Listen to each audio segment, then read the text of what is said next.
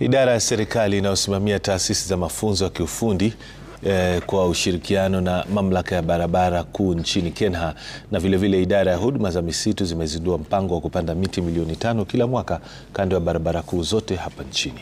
Aidha, wanafunzi wa taasisi ya mafunzo ya Belgut katika kaunti ya Kericho walipanda miti 10,000 kando ya barabara ya Litein kuelekea Kericho huku msimu wa mvua ukiendelea. Katika zoezi hilo, jamii ya eneo hilo imetakiwa kulinda na kuhakikisha miti iliyopandwa inakuwa.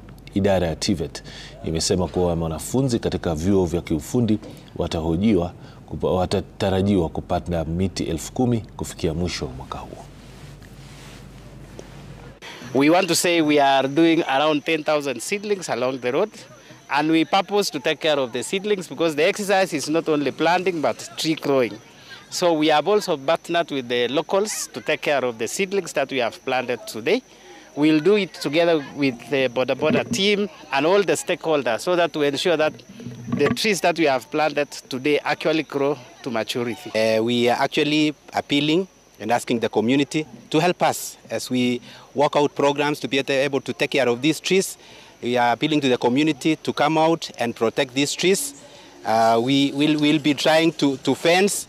But apart from fencing, it's also the responsibility of each and every one of us to take care of these trees, because if we don't take care of these trees, we will not be taking care of the nature. So we need to take care of nature.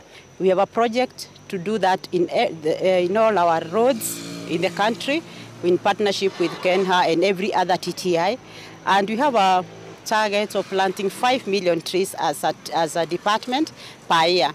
And currently we are on course. We are also propagating 80 million seedlings, which we have already procured, acquired them from KEFRI, actually free of charge. And all our institutions are now currently putting them in nurseries in preparation even for the shorter rains later in the year.